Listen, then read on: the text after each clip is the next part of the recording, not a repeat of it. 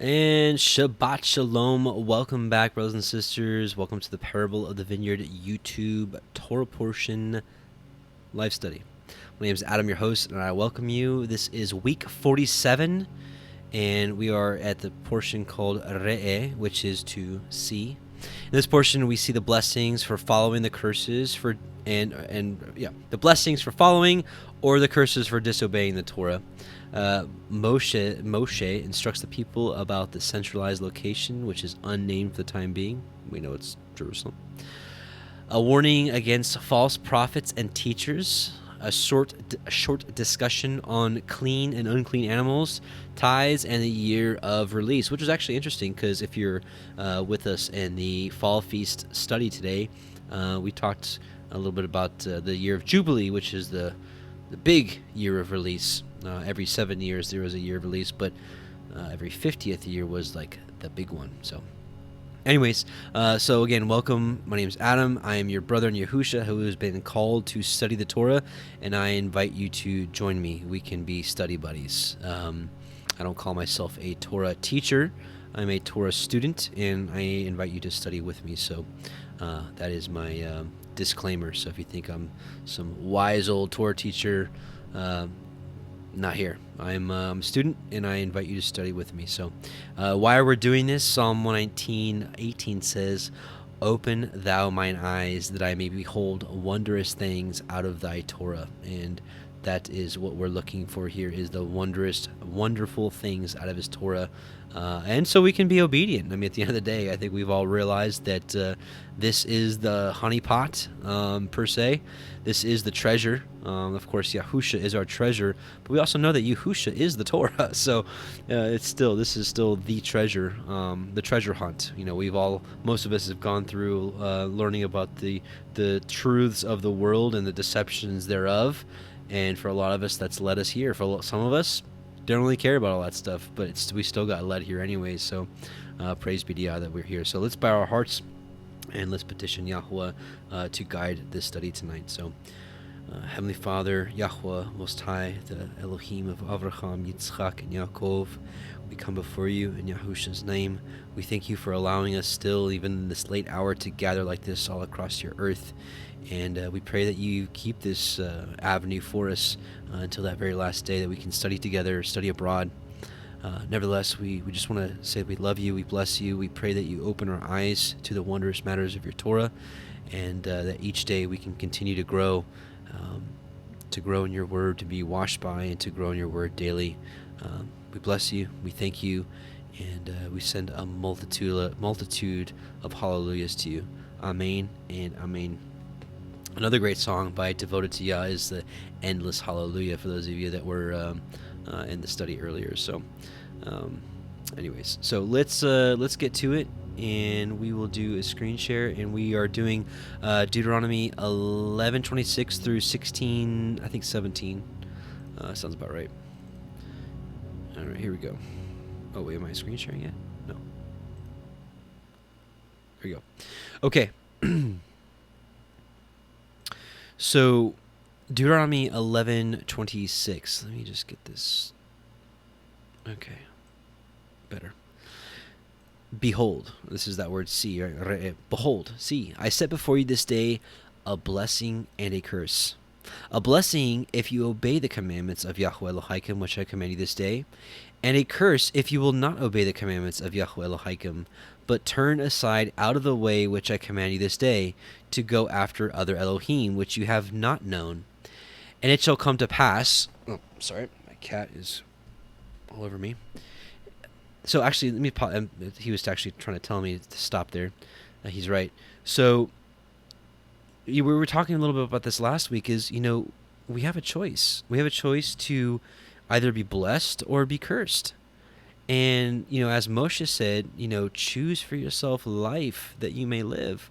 And then again, it's interesting, we talked about this in the study earlier, is that, you know, Yahweh could have made robots if he wanted to, because we know clearly, we can see it in his creation, that he can literally create something to just, you know, do what they're supposed to do. So he could have created us to keep his commandments, right? but he wanted something else. He wants our hearts, right? A lot of people say, he wants a relationship with you. Yeah, he does. He wants your heart. He really, really does. And he's told you how to go after his heart, how to love him, and how to love people. A lot of people, almost every confessing believer knows the two greatest commandments, right? Love Yahweh, or this, love God with all of your heart, soul, and mind. This is the first great commandment, and the second one is like unto it. You should love your neighbor, as yourself. But the problem is, what most people don't know is how to love him. How do you love Yahweh with all your heart? He tells you, right, by keeping his commandments. So we can either do it the easy way, which is to keep his commandments. And a lot of us that have been walking this out, some of you are maybe new, and maybe you've done one Shabbat or two, and haven't done any of the feast days out there. You're just learning. You may not have gotten a chance to see really what a blessing this is. Like, again, this is coming from my perspective, and I know this doesn't apply to everybody, so this may not apply to you, but maybe a handful of you out there. I've always been a perfectionist in my life. I've always had to make sure everything is right, and to a certain extent, like when I do these and do the studies, I still to this day want to make sure everything is in order and is right. That's just my nature, right? But I used to stress and worry about it and get upset, and I used to worry about everything. Like how Yeshua says, don't take thought for tomorrow. For tomorrow will take thought of itself. Tomorrow will have its own worries, right? Don't even worry about tomorrow. But one thing I've learned is when I've come to Torah is, and you shut out the world, for me especially, anxiety has gone away, stress has kind of gone away. Sure, there's still some things that you can still have care over, or things like that. But there's a general, what I'm getting at, I'm going around in circles. I'm sorry. What I'm getting at is I have a general peace of mind inside of my brain that is constantly thinking.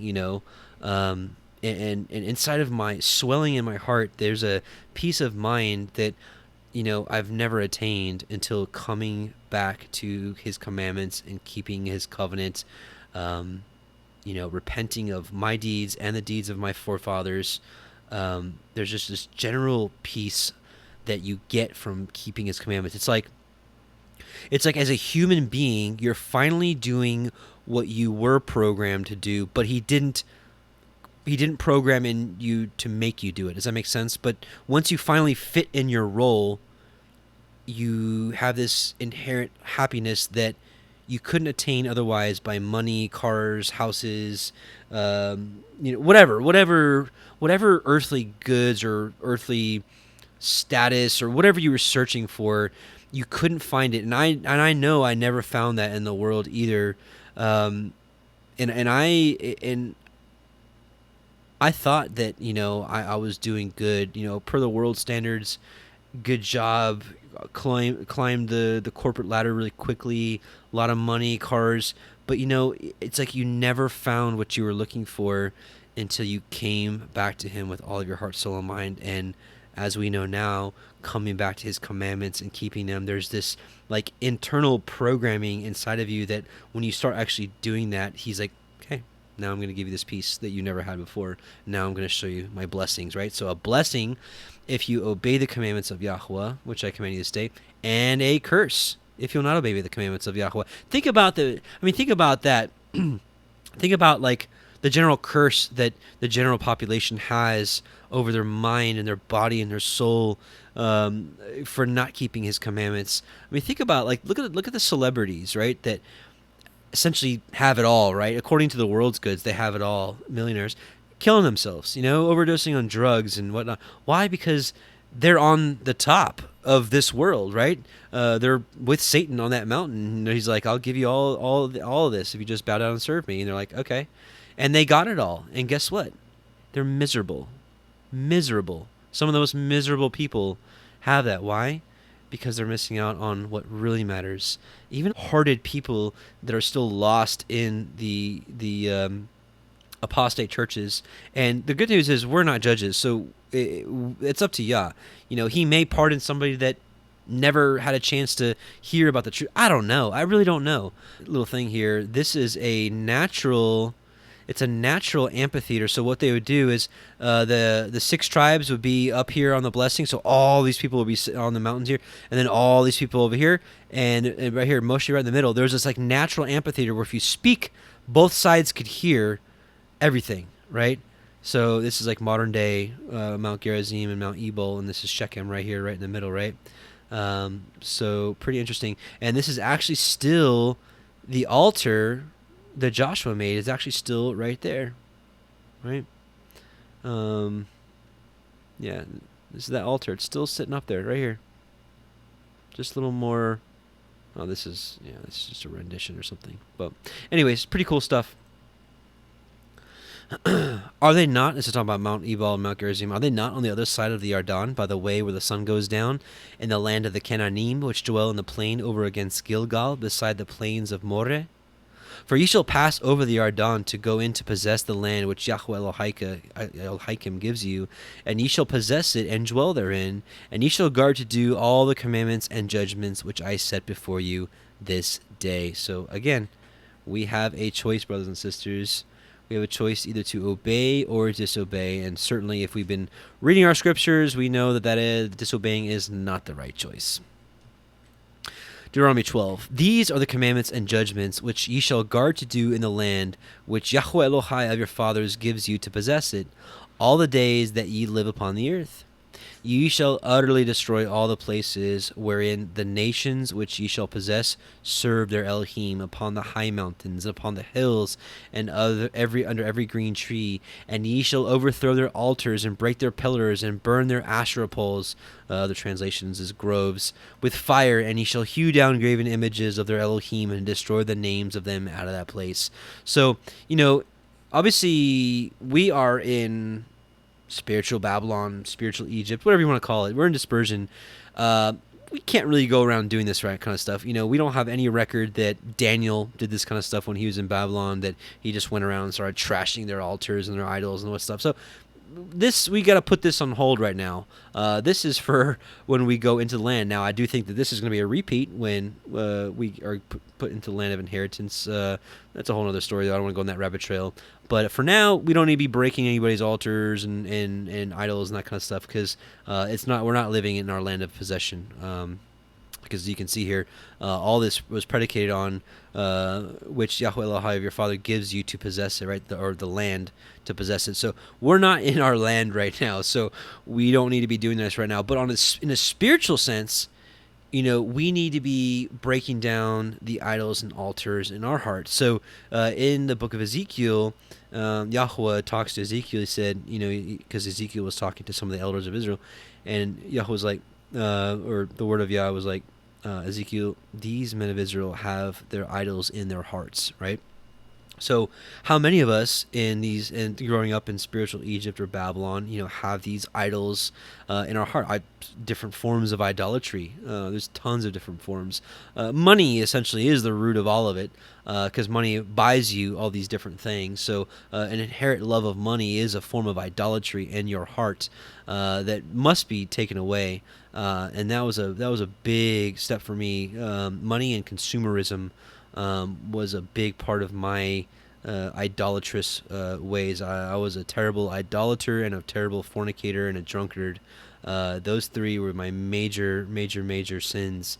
And that's another thing, that coming to Yah and truly loving His word and truly loving His ways, He's able to take those things away from us. And if it's something that you struggle with, if there's a sin that you just know, like you just know that you continuously do it and you're just having a hard time. Because let me just say this, we are all like little babies waking up to doing this. We're not.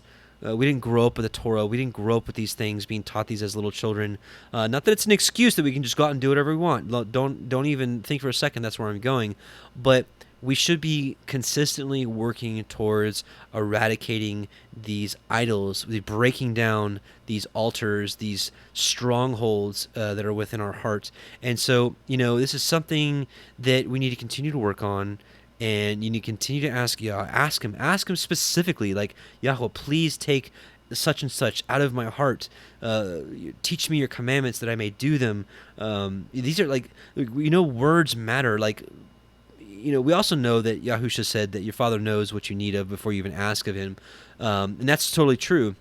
But when it comes to these type of things, I think there's power in literally asking him, and I'm definitely not in this name it and demand it, type of prayer. There's people out there that are like, I demand this curse to be, or I declare that, Yahweh, if you will, please help me remove this out of my heart and such, break down this high place in my heart, or this whatever it is.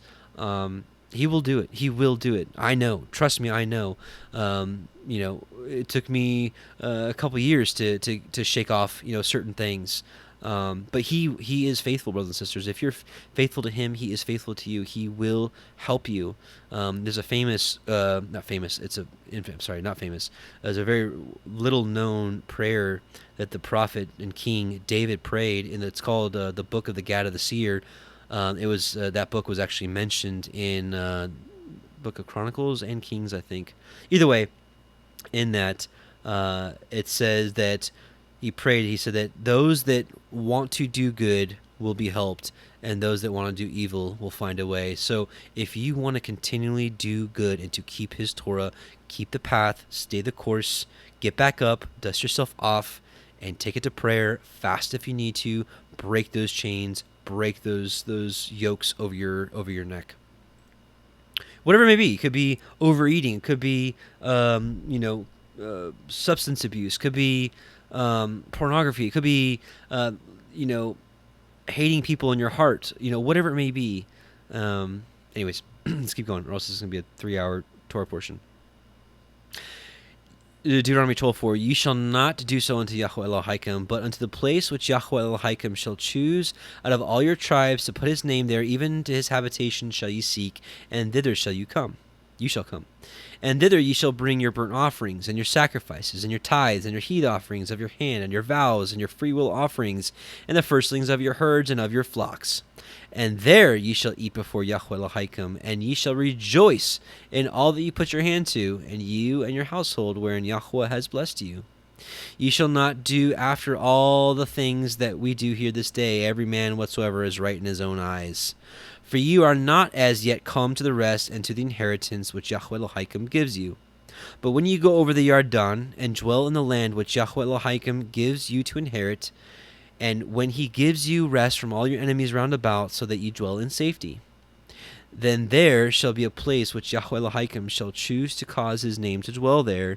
Thither shall you bring all that I command you, your burnt offerings and your sacrifices, your tithes, and the heat offering of your hand, and all your choice vows which ye vow unto Yahweh. And ye shall rejoice. This is so funny. This is part of our discussion earlier. Like a command. You're like, the burdensome Torah, right? You shall rejoice. You shall rejoice before Yahweh Haikum, you and your sons and your daughters and your men servants and your maidservants and the Levite that is within your gates, for as much as he has no part, no inheritance with you. Guard yourself that you offer not your burnt offerings in every place that you see, but in the place which Yahweh shall choose in one of your tribes, there shall you offer your burnt offerings, and there shall you do all that I command you. Now, praise be to Yah, we are living in a time where Yahusha is the high priest, and he is the one that does these for us, right? But again, as we spoke earlier, the sacrifice that he wants from us is a broken and contrite heart, that of such he'll never reject, and the continual praise of our lips and, of course, of our heart, singing him sincere praise for what he's done for us and all that he's created in this world for us and what he's provided for us. And there's thousands of things I'm sure you could think of that you could be thankful for that he's done for you. Notwithstanding, you may kill and eat flesh in all your gates, whatsoever your soul lusts after, according to the blessing of Yahweh Haika, which he has given you. Now, it's interesting that every time that meat comes up, it's like, it's a lust, like a lust of the flesh, right? The unclean and the clean may eat thereof, as the roebuck and as of the deer. Only ye shall not eat the blood, ye shall pour it upon the earth as wata. You may not eat within your gates the tithe of your grain, or of your wine, or of your oil, or the firstling of your herds of your flock, nor any of your vows which you vow, nor your freewill offerings, or heave offerings of your hand. But you must eat them before Yahweh Haika in the place which Yahweh Haika shall choose, you and your son and your daughter and your manservant and your maidservant and the Levi that is within your gates, and you shall rejoice before Yahweh Haika in all that you put your hands to do. Guard yourself that you forsake not the Levi as long as you live upon the earth. When Yahweh Haika shall enlarge your border as he has promised you, and you shall say, I will eat flesh, because your soul longs to eat flesh, you may eat flesh, whatsoever your soul lusts after, right? So again, you just keep seeing this like lust of the flesh to eat meat, and that's just one thing, again, personally, that I've been just felt called to back away from. Hands down, Torah, totally green flag, eat meat. I am not some like vegetarian preacher. I'm really not. Again, this is like a open Bible study, right? And I'm just sharing with you my heart and where I'm at in my walk. And personally, I've been wanting to get rid of, certain lusts of the flesh. Caffeine was a big one. Gosh, that was a really, really big one. Because I had to have it. I still drink my decaf, right? But I don't lust after it. Like I don't fiend after it like I fiend for the caffeine. And I loved eating meat too, right?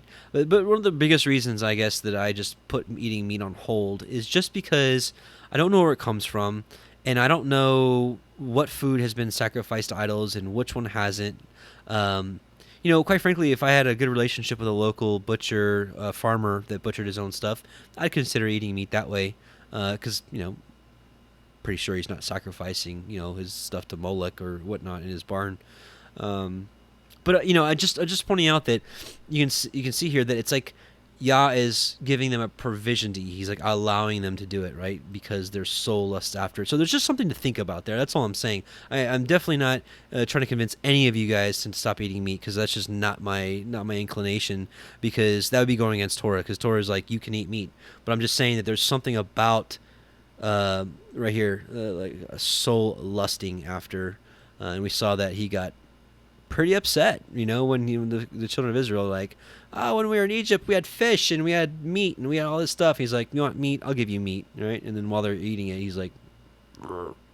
So it's just something about it. That's all I'm saying. All right, 12:21. If the place which Yahweh Haika has chosen to put his name there be too far from you, then you shall kill of your herd and of your flock which Yahweh has given you, as I have commanded you, and you shall eat in your gates whatsoever your soul lusts after. Even as the roebuck and the deer is eaten, so you shall eat them. The unclean and the clean shall eat of them alike. Only be sure that you eat not the blood, for the blood is the life, and you may not eat the life with the flesh. Now this is what the quote-unquote elite of the world are doing. You always wonder why all these like presidents and all these famous people, why they live like 100. How do these people always live 100 years old? Well, it's because they preserve their life by eating the blood, and that's why you look at celebrities that they retain their age for so many generations, and they just don't seem to age. More than likely, some people probably might have just good genes, but more than likely, a lot of them are into this stuff. This is a big part of satanic ritual stuff, and eating the blood. There's a new fashion thing where it's called bloodletting. You let your blood out, and apparently you put your blood on your bags under your eyes or your wrinkles, and it supposedly makes them go away. I don't doubt it. I don't doubt that it works, because there's life in it. But I assure you, brothers and sisters, don't let any one of us be a part of any of these wicked schemes, because that is a sure way to be cut off. It says this so many times in the Torah. Don't eat, don't drink the blood, don't touch the blood, no blood, no blood, no blood. You shall not eat it. You shall pour it upon the earth as water. You shall not eat it. Right? So twice here. You shall not eat it. You shall not eat it, that it may go well with you and with your children after you, when you shall do that which is right in the sight of Yahweh. Only your holy things which you have, and your vows you shall take, and go unto the place which Yahweh shall choose. And ye shall offer your burnt offerings, the flesh and the blood, upon the altar of Yahweh Haika, and the blood of your sacrifices shall be poured out upon the altar of Yahweh Haika, and you shall eat the flesh. Guard and hear all the words which I command you, that it may go well with you and with your children after you forever, when you do that which is good and right in the sight of Yahweh Haika. Verse 29, Then Yahweh Elohika shall cut off the nations from before you, whither you go to possess them, and you succeed them, and dwell in their land. Take heed to yourself, that you be not snared by following them, after that they be destroyed from before you, and that you inquire not after their Elohim, saying, How did these nations serve their Elohim? Even so will I do likewise. You shall not do so unto Yahweh Elohika. We talked about this earlier too. For every abomination to Yahweh which he hates have they done unto their Elohim, for even their sons and their daughters they have burnt in the fire to their Elohim. They literally would be like, we have to sacrifice this child, in order to prosper this year. That was like their kind of teachings, right? And they're like, we're just gonna burn our little innocent little toddler or infant in the fire. I mean, it's just crazy stuff, right? What things soever I command you, guard to do it. You shall not add thereto, nor diminish from it. All right, so that's the end of 12. Yeah. Right. So whatsoever thing I command you, guard to do it. You shall not add thereto, nor diminish from it. And, even Messiah Yahusha, he echoed these words.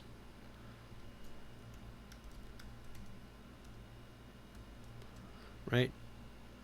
Matthew 5:17-19. Think not that I am come to destroy the Torah or the prophets. I am not come to destroy, but to fulfill.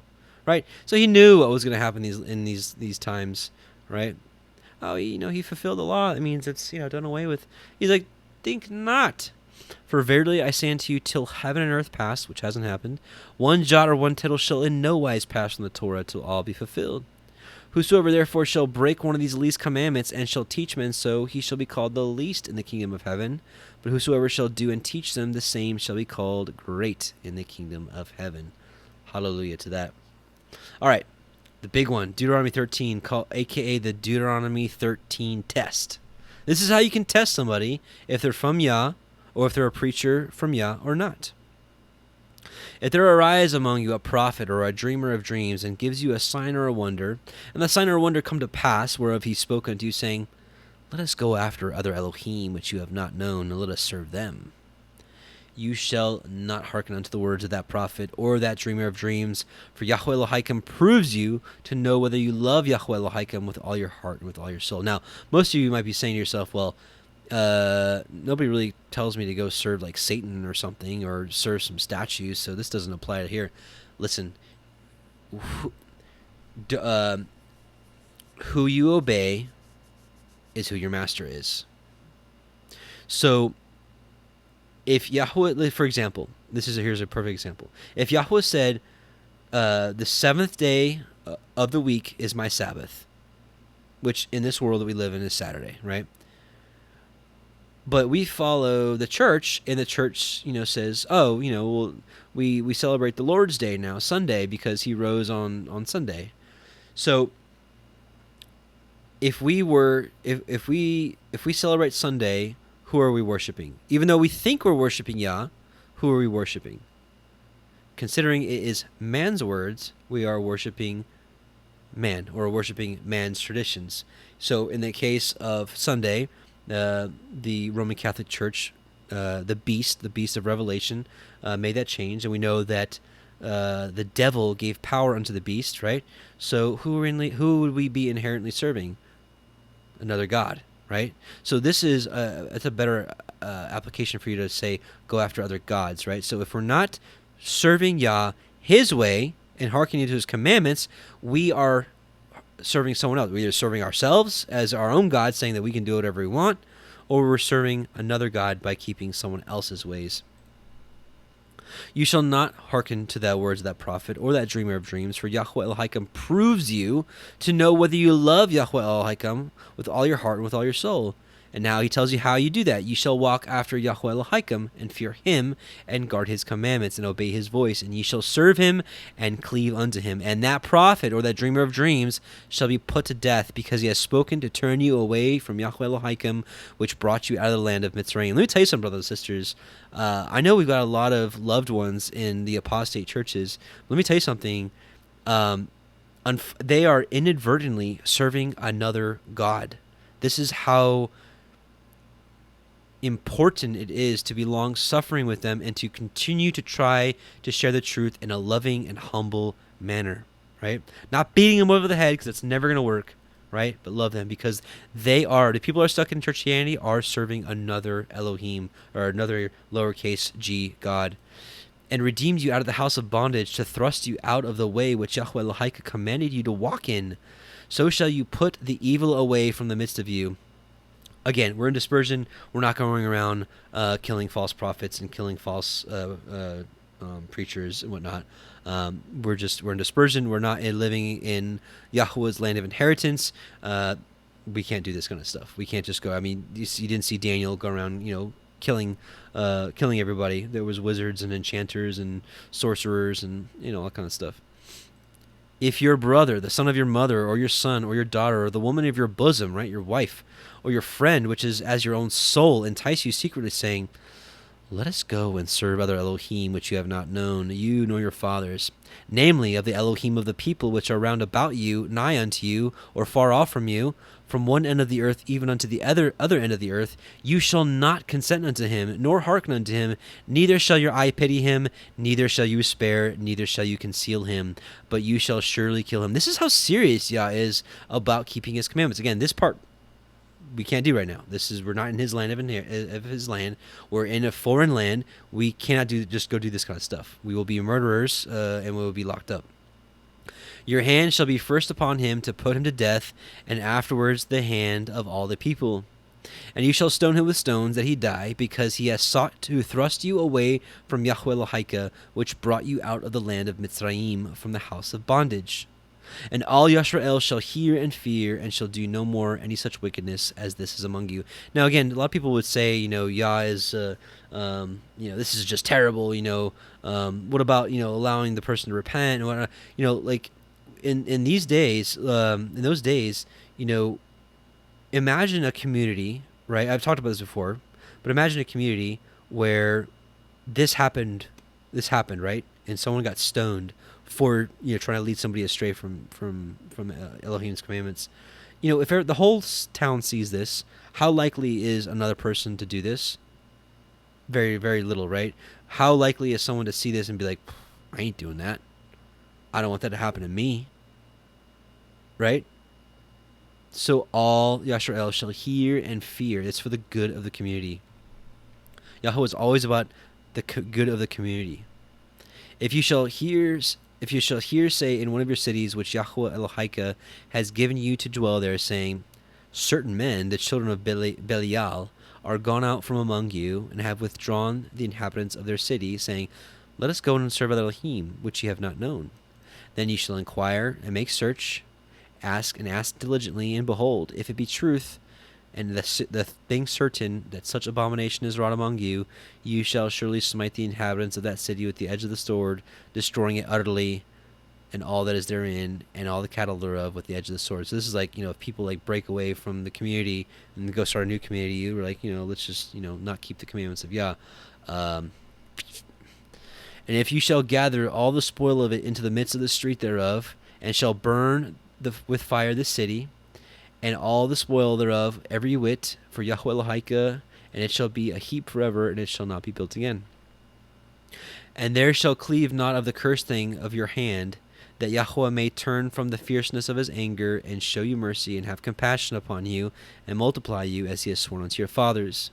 When you shall hearken unto the voice of Yahweh Haika, to guard all his commandments, which I command you this day, to do that which is right in the eyes of Yahweh Haika. So again, we have growing up in the time that we have, in the area that we have a completely distorted idea of what good is, what love actually looks like. Those kind of things, would be an act of loving the community, loving your fellow neighbor. Speaking of Deuteronomy 13, there's a video I did a while ago called Ezekiel 13, Prophecy, End Times, False Shepherds.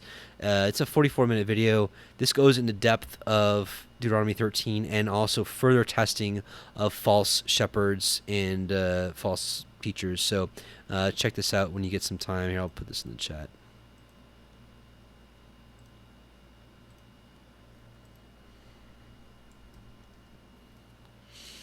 All right. Okay. Deuteronomy 14, food, clean and unclean, right?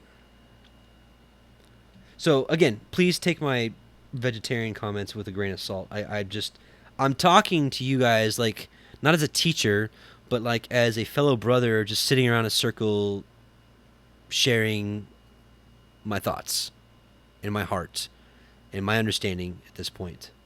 And again, I look to you guys to continue to grow because, again, I don't have it all figured out, especially Torah. I don't have it all figured out. And so, I try to pay attention to the Torah portion comments a little more. I can't get to all the comments, but I try to take a look at the Torah portion comments a little more because I look to you all to bounce stuff off with each other and to grow. So, again, here, you're going to see right here in this chapter that it is A-OK to eat meat. All I'm saying is, like, if you can, if you are eating meat, try to find it, sourced locally, maybe a local butcher. Those of you that live in the city, good luck with that, right?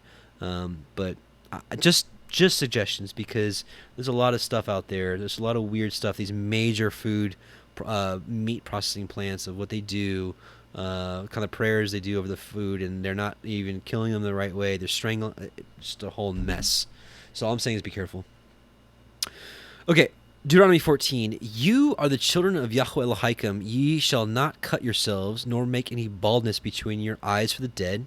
For you are a holy people unto Yahweh Haika, and Yahweh has chosen you to be a peculiar people unto himself above all the nations that are upon the earth. And this, I love this. I don't know why I didn't have this up ready to go, but this reminds me of, it's Exo 19. No. Right? Is it Exodus 19? Oh no. What is it?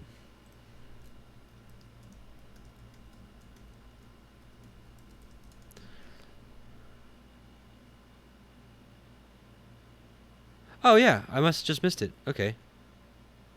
Oh yeah, okay. Yeah, 19:5. Now therefore, if you obey my voice indeed and keep my covenant, then ye shall be a peculiar treasure unto me above all people, for all the earth is mine, and ye shall be unto me a kingdom of priests and a holy nation. These are the words which you shall speak unto the children of Israel. Right? So this is what it's about, being a peculiar people. You shall not eat any abominable thing. Just don't do it. It's not worth it. I don't care how much you love some of these meats here we're about to talk about. It's not worth it. These are the beasts which ye shall eat. The ox, the sheep, and the goat, right? The three main ones. Those are the sacrificial. So Mr. Kitty wants to say hello. Say hello. Okay. These are the beasts which you... Okay. The deer, and the roebuck, and the fallow deer, and the wild goat, and the pygarg, and the wild ox, and the chamois. The chamois. These are all types of, And every beast that parts the hoof, and cleaves the cleft into two claws, and chews the cud among the beasts, that ye shall eat. Nevertheless, these ye shall not eat of them that chew the cud, or of them that divide the cloven hoof, as the camel, and the hare, it's a rabbit, and the coney, for they chew the cud, but divide not the hoof. Therefore they are unclean unto you. And the swine, this is the big one, right? This is the big offender. I mean, not that I watch much TV these days anymore, but like my wife does, and so if I'm like in the same room or whatever, and I look up, it's like almost every single commercial about food is got pork in it. You know, the enemy knows exactly what to do. He's like, he wants to get all the people of the earth as far away from Yahweh's commandments as possible. Just stuff them full of pig, right? And the swine, because it divides the hoof, yet choose not the cut. It is unclean to you. You shall not eat of their flesh, nor touch their dead carcass. Right? He said. What did he say up here? You shall not eat any abominable thing. There is a very dire prophecy at the end times in Isaiah about eating pork that I would not want to be anywhere near this. This is Isaiah 66:15-17. For behold, Yahweh will come with fire, and with his chariots like a whirlwind, to render his anger with fury, and his rebuke with flames of fire. For by fire and by his sword will Yahweh plead with all flesh, and the slain of Yahweh shall be many. They that sanctify themselves and purify themselves in the gardens behind one tree in the midst, eating swine's flesh, and the abomination and the mouse shall be consumed together, says Yahweh. Not worth it. The pig is not worth it. If you're still eating pig out there, brothers and sisters, I implore you to take that into prayer and to cast it away from your life. It's not worth it. It isn't. These ye shall eat of all that are in the waters. All that have fins and scales shall ye eat. So that knocks out shrimp, scallop, all the shellfish, lobster, crawfish, clams. Did I say scallops? Oysters, crab, catfish, no scales, fins, no scales. What else are the big offenders? I don't know. But if you're looking at fish, make sure it's got fins and scales. Most tuna have fins and scales. There are some types of tuna that do not have scales. So be careful. But like your average can of tuna are mostly albacore. Albacore is good to go. They have fins and scales, at least from the research I've done. So just be careful. Again, it is not worth it to eat abominable food, considering he knows what's best for us. He made our bodies. He knows what it's. And what you'll find is most of the offenders are either animals of prey that literally just eat anything, or like the cleanup crew, like the pig cleanup crew. It'll eat anything. It'll eat their dead children. It'll eat dead bodies. It'll eat anything, shoes, whatever. It doesn't matter. It'll eat it. Just like catfish. It's like the cleanup crew in like most ponds. Like in the shrimp, like in the sea, the shrimp, lobsters. They're the bottom feeders. They eat all the poo. And what else? I don't know how to be correct with that. Caca, whatever you want to call it. So, that old term, you are what you eat. And whatsoever has not fins and scales ye may not eat. It is unclean unto you. Shark, swordfish. Of all clean birds ye shall eat. But these are they which ye shall not eat. The eagle. Again, these are birds of prey. The eagle, the ossifrage, and the osprey, and the glede, and the kite, and the vulture after his kind, and every kind of raven after his kind, and the owl, and the nighthawk, the cuckoo, the hawk after his kind, the little owl, the great owl, the swan, and the pelican, and the gier eagle, and the cormorant, and the stork, and the heron after her kind, the lapwing, and the bat, and every creeping thing that flies is unclean to you. They shall not be eaten. This is the creeping. This is like insects, right? But of all clean fowls ye may eat. Now it does say, does it say here? It doesn't say here about you can eat locusts and grasshoppers, but that's it, literally. Yeah. But of all clean fowls ye may eat. Chicken. Some people say duck is not clean, but I haven't really seen that. I don't eat duck anyways. Usually, I've only had it a few times in my life. It's kind of greasy anyways, but. Chicken, good to go. Ye shall not eat of anything that dies of itself. Ye shall give it unto the stranger that is in your gates, that he may eat it. or you may sell it unto an alien, for you are a holy people unto Yahweh Haika. You shall not seed a kid in his mother's milk. Now, Judaism takes this and runs with it. They say you can't have a cheeseburger because you can't have meat and milk in the same meal. Ridiculous. No, this is literally saying, like, it's just not trying to be like, this is like sadistic. Like, you know, it would be like boiling I mean, it's just like the concept of this is just so sick. It's just boiling like the baby goat in its mother's milk. Like, that's kind of sadistic, and I'm glad that this is a commandment. But it is not what Judaism says, which is saying you can't have dairy and meat in the same meal. It's ridiculous. You shall truly tithe all the increase of your seed that the field bring forth year by year, and you shall eat before Yahweh Haika in the place which he shall choose to place his name there, the tithe of your grain, of your wine, and of your oil, and of the firstlings of your herds and of your flocks, that you may learn to fear Yahweh Haika always. And if the way be too long for you, so that you are not able to carry it, or if the place be too far from you, which Yahweh Haika shall choose to set his name there, when Yahweh Haika has blessed you, that then you shall turn it into money, and bind up the money in your hand, and shall go into the place which Yahweh Haika shall choose. And you shall bestow that money for whatsoever your soul lusts after, for oxen, for sheep, or for wine, for strong drink, or for whatsoever your soul desires, and ye shall eat there before Yahweh Haika, and you shall rejoice, you and your household. And the LBRY that is within your gates, you shall not forsake him, for he has no part nor inheritance with you. At the end of 3 years you shall bring forth all the tithe of your increase the same year, and shall lay it up within your gates. And the LBRY, because he has no part nor inheritance with you, and the stranger, and the fatherless, and the widow, which are within your gates, shall come, and shall eat, and be satisfied, that Yahweh Haika may bless you in all the work of your hand, which you do. All right. So I want to talk about this real quick. So, talking about how, talking about wine or strong drink like liquor. He's like, you want to drink liquor? Go for it, right? This brings up for a lot of people, some people think drinking is a sin. It's not. I want to read something for you. This is the Testament of Judah, chapter 3, and he gives really wise counsel on drinking, and I want to share it with you. And now I command you, my children, hearken to Judah. Let's just for time's sake. Here we go. He's talking about how he married his first wife, the Canaanite, because he was drunk. Right, the wine turned aside my eyes, and pleasure blinded my heart.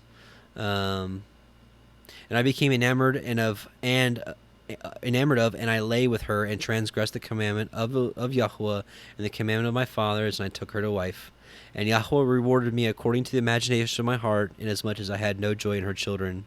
And now, my children, I say unto you, be not drunk with wine, for wine turneth the mind away from the truth, and inspires the passion of lust, and leadeth the eyes into error. For the spirit of fornication hath wine as a minister, to give pleasure to the mind. So you're a drunkard, guess what? Your body's going to produce that desire to fornicate. For these two also take away the mind of man. For if a man drink wine to drunkenness, this is the key, it disturbeth the mind with filthy thoughts, leading to fornication, and heateth the body to carnal union. And if the occasion of the lust be present, he worketh the sin, and is not ashamed. Such is the inebriated man, my children, right? This is all about drunkenness, my children. For he who is drunken reverenceth no man. For lo, it is made also me to err, so that I was not ashamed for the multitude in the city, in that before the eyes of all I turned aside unto Tamar, when he thought she was a prostitute, and I wrought a great sin, and I uncovered the covering of my son's shame. After I had drunk wine, I reverenced not the commandment of Elohim, and I took a woman of Canaan to wife. Here we go. Here's the instructions. For much discretion needeth the man who drinketh wine, my children. Right? So you need to be exercised in knowing good and evil, your limits. Here we go. Listen. And herein is discretion in drinking wine. A man may drink so long as he preserveth modesty.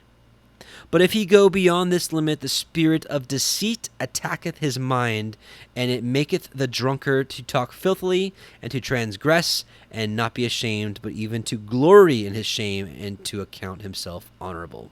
As a former drunkard, I can totally relate. I understand. He that committeth fornication is not aware when he suffers loss, and is not ashamed when put to dishonor. For even though a man be a king and commit fornication, he is stripped of his kingship by becoming the slave of fornication, as I myself also suffered. Here we go. Here, skipping. Observe therefore, my children, the right limit in wine, for there are in it 4 evil spirits: of lust, of hot desire, of profligacy, of filthy lucre. If ye drink wine in gladness, be ye modest in the fear of Elohim. For if in your gladness the fear of Elohim departeth, then drunkenness ariseth, and shamelessness stealeth in. But if you would live soberly, do not touch wine at all, lest ye sin in words of outrage, and in fightings, and in slanders, and transgressions of the commandments of Elohim, and ye perish before your time. Moreover, wine revealeth the mysteries of Elohim and men, even as I also revealed the commandments of Elohim and the mysteries of Jacob my father to a Canaanitish woman, Bathshua, which Elohim bade me not to reveal. And wine is the cause both of war and of confusion. Anyway, so that's wise counsel. And most of you that have drank before, I'm sure there's some of you out there that have never drank. Fair enough. But those of you that have drank, you know what you feel like when you have 1, 2, maybe after a long dinner and conversations, 3, you're feeling good. You get that little warm feeling. That should be good, It makes you a little more talkative, a little bubbly, a little social. Fine. But when you keep going, because I know that breaking point. Again, as a former drinker, I was a former heavy drinker. There's that tipping point. Everybody's different. I mean, if I'd say 2 or 3 drinks, for 110-pound woman out there, that could lead you to drunkenness. For a 300-pound man out there, 3 drinks might not even give you that little early drinking buzz stage, so you should know your own limit. For me, like a average size man, 2 is usually good, right? Some would even say 1 should be enough, right? 1 to 2, I think, is, for me, for an average size man, that's about good, right? But we all have to know our own limits, and just keep that in mind, because we do not need to be drunkards. But certainly wine was made to make the heart of man glad. Now, some people would say, hey, well, Adam, what about the passage that says, wine is not for kings, and we're supposed to be future kings and priests? Hey, I hear you. If you don't want to drink wine, don't drink wine. But don't listen to somebody that tells you that wine is a sin. Okay? It's purely not. Especially, why did Messiah Yahusha turn the water into wine if it was a sin, right? He ate, he drank. He was called a glutton and a winebibber, right? Okay, here we go. Deuteronomy 15:1. At the end of every 7 years you shall make a release, and this is the manner of the release. Every creditor that lends aught unto his neighbor shall release it. He shall not exact it of his neighbor or of his brother, because it is called Yahweh's release.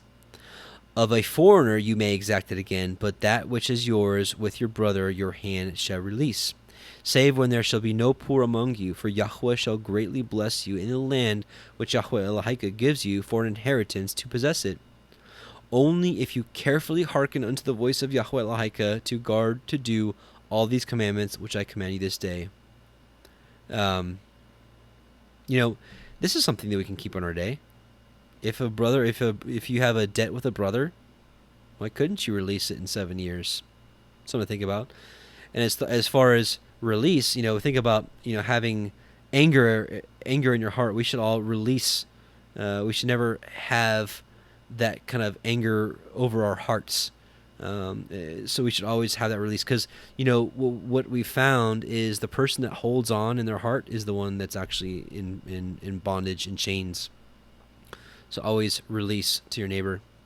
Deuteronomy 15:4. Save when there shall be no poor among you, for Yahweh shall Oh, I'm sorry, where were that? So, verse 6. For Yahweh Haika blesses you as he promised you, and you shall lend unto many nations, but you shall not borrow, and you shall reign over many nations, but they shall not reign over you. I think for most of us in our time, slipped over backwards.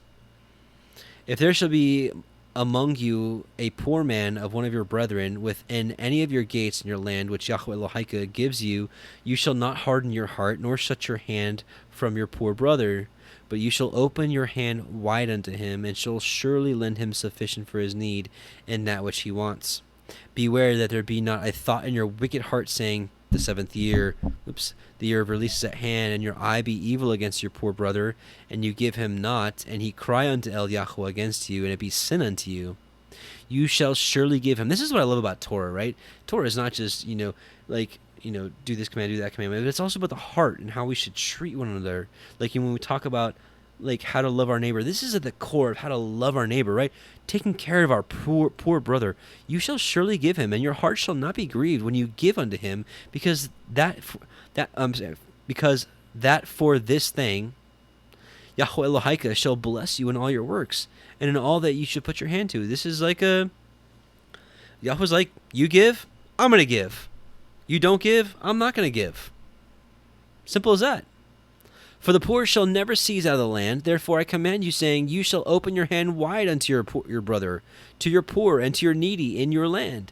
And if your brother, an Ivri, a Hebrew man, or an Ivri, a Hebrew woman, shall be sold unto you, and serve you 6 years, then the 7th year you shall let him go free from you. Now, this isn't like a servant in chains and locked up. No, this is just like an indentured servitude, like contract labor, just a hired hand. And when you send him out free from you, you shall not let him go away empty. You shall furnish him liberally out of your flock, and out of your floor, and out of your winepress, of that wherewith Yahweh Elohika has blessed you, you shall give unto him. And ye shall remember that you were bondmen in the land of Mitzrayim, and Yahweh Elohika redeemed you. Therefore I command you this thing today. And it shall be, if he say to you, I will not go away from you, because he loves you and your house, because he is well with you, then you shall take an awl, and thrust it through in his ear unto the door, and he shall be your servant forever. And also as your maidservant you shall do likewise. It's literally just like making an earring. If you ever wondered where earrings came from, I'm pretty sure this is where it was. Well, I did talk about that book of Enoch that they taught to make earrings and stuff, but either way, it was a sign of servitude. Anyways, not that it's a bad thing, because we can just be servants to Yahusha, right? I don't know, I'm just talking out loud. It shall not seem hard unto you when you send him away free from you, for he has been worth a double hired servant to you, in serving you 6 years, and Yahweh Elohika shall bless you in all that you do. All the firstling males that come of your herd and of your flock you shall sanctify unto Yahweh Elohika. You shall do no work with the firstling of your bullock, nor shear the firstling of your sheep. You shall eat it before Yahweh Elohika year by year in the place which Yahweh shall choose, you and your household. And if there be any blemish therein, as if it be lame or blind or have any ill blemish, you shall not sacrifice it unto Yahweh Elohika. And, when we were talking about earlier, giving him the praise of our lips and our heart, we should give him our best, right, at all times. You shall eat it within your gates. The unclean and the clean person shall eat it alike as the roebuck and as the deer. Only you shall not eat the blood thereof. You shall pour it upon the ground as water. Okay, last chapter today. We're going to go to verse 17, and we're going to be done tonight. Guard the month of Aviv, and keep the Passover, unto Yahweh Elohika. For in the month of Aviv, Yahweh Elohika brought you forth out of Mitzrayim by night. You shall therefore sacrifice the Pesach unto Yahweh Elohika of the flock and the herd in the place which Yahweh shall choose to place his name there. You shall eat no chametz, leavened bread, with it. 7 days you shall eat matzah, unleavened bread, therewith, even the bread of affliction. For you came forth out of the land of Mitzrayim in haste, that you may remember the day when you came forth out of the land of Mitzrayim all the days of your life. And there shall be no chametz seen with you in all your coasts 7 days, neither shall there anything of the flesh which you sacrifice the first day at evening remain all night until the morning. You may not sacrifice the Pesach within any of your gates, which Yahweh Haika gives you. But at the place which Yahweh Haika shall choose to place his name in, there shall you sacrifice the Pesach at evening, at the going down of the sun, at the season that you came forth out of Mitzrayim. And ye shall roast and eat it in the place which Yahweh Elohika shall choose, and you shall turn in the morning and go unto your tents. 6 days you shall eat matzah, and on the 7th day shall be a solemn assembly to Yahweh Elohika. You shall do no work therein. The Feast of Weeks, Shavuot, Pentecost. 7 weeks shall you number unto you. Begin to number the 7 weeks from such as time as you begin to put the sickle to the grain. And ye shall keep the feast of Shavuot, the Feast of Weeks, or Pentecost, unto Yahweh Lahaika, with a tribute of a freewill offering of your hand, which ye shall give unto Yahweh Lahaika, according as Yahweh Lahaika has blessed you. And ye shall rejoice before Yahweh Lahaika, you, and your son, and your daughter, and your manservant, and your maidservant, and the LBRY that is within your gates, and the stranger, and the fatherless, and the widow that are among you, in the place which Yahweh Lahaika has chosen to place his name there. And you shall remember that you were a bondman in Mitzrayim, and you shall guard and do these statutes. Now the Feast of Sukkot, which we talked about a lot about tonight earlier. You shall keep the Feast of Sukkot, Tabernacles, 7 days after that you have gathered in your threshing floor and your wine, right? Remember, this is a harvest festival. And you shall rejoice in your feast, you and your son and your daughter and your manservant and your maidservant, and the LBRY, the stranger, and the fatherless, and the widow that are within your gates. 7 days shall you keep a solemn feast unto Yahweh Lahaika in the place which Yahweh shall choose, because Yahweh Lahaika shall bless you in all your increase and in all the works of your hands. Therefore you shall surely rejoice. 3 times in a year shall all your males appear before Yahweh Lahaika in the place which he shall choose, in the feast of Matzah, unleavened bread, and in the feast of Shavuot, and in the feast of Sukkot, and they shall not appear before Yahweh empty. Every man shall give as he is able, according to the blessing of Yahweh Lahaika, which he has given you. So, brothers and sisters, I once again had a great time studying this with you. Look forward to some of your comments, maybe learning some things myself on here. But nevertheless, I pray that this was a blessing in the sight of Yahweh Sevaot through his son Yahusha, that we were able to gather like this together and read his Torah and try to learn from it and to grow. So let's bow our hearts and let's pray to him. Heavenly Father, Yahweh Most High, we just come before you again, and we just thank you for allowing us to study together like this. And we just pray you continue to open our eyes and ears to the wondrous matters of your Torah and all of your writings. Of course, the writings, the prophets, the Gospels, all of it. We just want to continue to grow each day because we yearn after you. We no longer yearn after the things of the world, and we thank you for that, because we know that you put those things in our hearts. Most of us were rebellious people, and now we have a desire to keep your Torah. This can only come from you, Abba, and we just thank you so much. And we are patiently awaiting Yahusha's return. And as we are waiting, Abba, we just pray that you continue to bless us, to keep us, and to continue to cultivate us and prune us, that we may bring forth more fruit of your desire. We bless you, and we thank you for this Shabbat, this day unto you, this day of rest, this day of eating and drinking and blessing you. And we just love you so much. In Yahusha's name, Amen. Yevarechecha Yahweh v'yishmerecha, Ya'er Yahweh panav elecha v'yechnuneka, Yese Yahweh panav elecha v'yashem lecha shalom. Yahweh bless you and keep you. Yahweh make his face shine upon you and be gracious unto you. Yahweh lift up his countenance upon you and give you shalom. Brothers and sisters, we're going to finish up with the song of Moshe.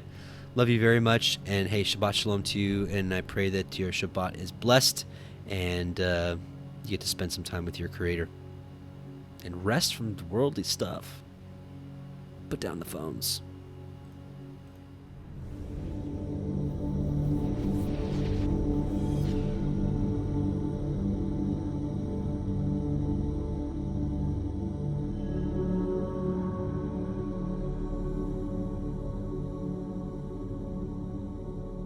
I sing to Yahweh, for he is highly exalted. The horse and its rider he has thrown into the sea. Yah is my strength and song, and he has become my deliverance.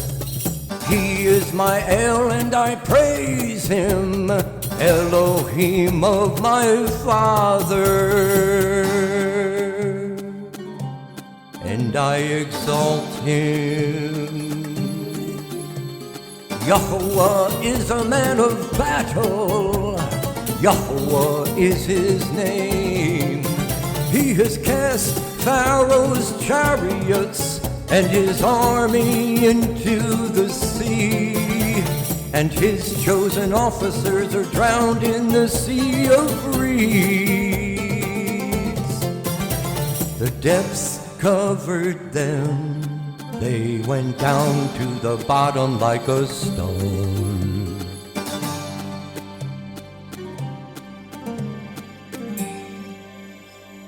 Your right hand, O Yahweh, has become great in power. Your right hand, O Yahweh, has crushed the enemy. And in the greatness of your excellence, you pulled down those who rose up against you. You sent forth your wrath, it consumed them like stubble. And with the wind of your nostrils, the waters were heaped up. The floods stood like a wall, the depths became stiff in the heart of the sea. The enemy said, I pursue, I overtake, I divide the spoil, my being is satisfied on them. I draw out my sword, my hand destroys them. You blew with your wind, the sea covered them, they sank like lead in the mighty waters. Who is like you, O Yahweh, among the mighty ones? Who is like you, great in Kodeshah,